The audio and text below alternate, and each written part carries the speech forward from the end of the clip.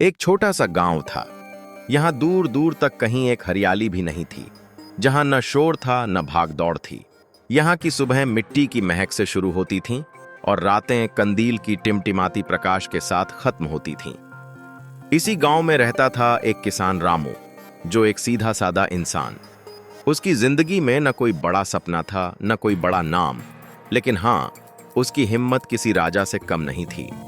रामू के लिए जिंदगी बस इतनी थी कि सुबह सूरज उगने से पहले उठना, खेतों में हल चलाना, मिट्टी में पसीना बहाना और रात को थक कर घर लौटना।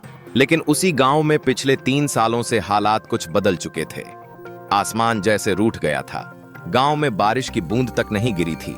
खेत बंजर हो गए थे, कुएं सूख गए थे और उम्मीदें भी नहीं थीं। गांव के लोग एक एक कर शहर की ओर जाने लगे थे, लेकिन रामू, वो बस अपनी मिट्टी छोड़ने को तैयार नहीं था। उसके पास न संसाधन थे न पैसे, बस थे कुछ अनाज के बीज। वो भी इतने कम थे कि या तो एक वक्त की भूख मिटा सकते थे या भविष्य की उम्मीद के लिए जमीन में बो सकते थे। एक दिन रामू अपने घर में बैठा था और हाथों में अनाज के बीज लेकर देख रहा था। तब अचानक पत्नी ने पूछा, क्या सोच रहे हो? रामू ने धीमे से कहा, ये बीज खा लें तो आज की भूख मिट सकती है, लेकिन अगर यह अनाज के बीज अपने खेत में बो दें तो शायद कल कुछ उग जाए। रामू की यह बात सुनकर पत्नी चुप रही, क्योंकि वह रामू की आंखों में भरोसे की किरण देख रही थी। अगले दिन रामू ने फैसला किया, वह अनाज के बीज जमीन में बोने का।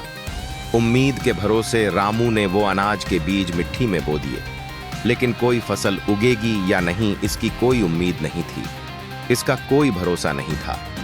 लेकिन रामू को भरोसा था खुद पर, अपनी मेहनत पर और उस मिट्टी पर जिसमें उसने खुद बचपन से चलना सीखा था। हर दिन रामू खेत में जाता था, सूखी जमीन को पानी से तर करने की कोशिश करता, खेत में आई हुई घास उखाड़ता, मिट्टी पलटता, हर दिन सूरज से लड़ता, हर एक रात उम्मीद की किरण बोता था। यह सब देखकर गांव के लोग उसे पागल कहते थे और रामू को बोलते थे, क्यों अपना वक्त बर्बाद कर रहा है रामू, जब बारिश ही नहीं बरस रही। लेकिन रामू मुस्कुराता और गांव वालों से कहता था, बारिश से पहले मेहनत आनी चाहिए। यह सब करते करते महीनों बीत गए थे। आसमान वैसे ही बेरहम हो रहा था, लेकिन एक दिन अचानक एक सुबह कुछ बदल सा गया। आकाश में घने बादल छाने लगे थे, जैसे आसमान ने रामू की मेहनत देख ली हो या सुन ली हो। और फिर क्या, बारिश की पहली बूंद नीचे गिरी। तब रामू खुश होकर खेत की तरफ भागा और देखते ही देखते जैसे आसमान पिघल कर बरस पड़ा। बहुत ही तेज बारिश होने लगी, मिट्टी भीग गई और रामू बहुत खुश हुआ। ऐसे लग रहा था कि रामू की उम्मीद की किरण जाग रही थी। अगले कुछ ही हफ्तों में खेत में बोए हुए बीज बारिश के कारण फुट रहे थे और जगह जगह पर हरियाली सी छा गई थी। जहां कल तक दरारें थीं, वहां अब नन्ही पौधें लहराने लगी थीं। रामू अपने खेत में खड़ा था, नंगे पांव, आंखों में आंसू। उसकी मेहनत, उसका विश्वास, सब बोए हुए बीज उग चुके थे। अब वो खेत नहीं रहा था, वो एक जीवन था जो रामू ने बोया था। उसमें उसकी रातों की नींद थी, भूखे पेट का संघर्ष था, पत्नी का विश्वास था और रामू की उम्मीद थी। कुछ दिन बाद जब फसल तैयार हुई, तब रामू ने सब कुछ अनाज अपने लिए नहीं रखा। उसने गांव के उन किसानों को बुलाया जो मायूस होकर अपने खेत छोड़ चुके थे। रामू ने अपने हिस्से में से कई अनाज के बीज उन किसानों को दिए और कहा, ये बीज सिर्फ अनाज नहीं हैं, ये तो अपने भरोसे की शुरुआत हैं। यह सुनकर सभी किसान खुश हुए और रामू की कहानी पूरी हुई। रामू की कहानी सिर्फ एक किसान की नहीं, बल्कि आज के हर उस इंसान की है जो हालातों से नहीं हारता हो, जो सूखे में भी अपने हिस्से की मिट्टी नहीं छोड़ता, वह बीज बोने का साहस रखता हो। लेकिन फिर भी आज के जमाने में दुनिया कहती है, अब कुछ नहीं बचा।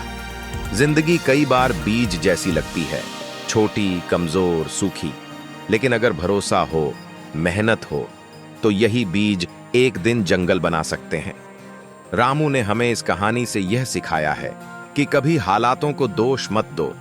अगर आपके पास भरोसा है तो मिट्टी, पानी और आसमान खुद आपके साथ चल पड़ते हैं। तो दोस्तों, ये थी आज की कहानी। इस कहानी से आपको क्या सीख मिली, नीचे कमेंट करके हमें जरूर बताइए। अगर आपको हमारी कहानियां पसंद आती हैं तो चैनल को सब्सक्राइब कीजिए और बेल आइकन दबाना मत भूलिए ताकि अगली मोटिवेशनल कहानियां आप सबसे पहले सुन सकें। स्टोरी फ्यूल हिंदी के साथ जुड़े रहिए, जहां कहानियां सिर्फ कहानियां नहीं होती, वो जिंदगी बदल देती हैं। Thanks for watching. मिलते हैं अगली कहानी में।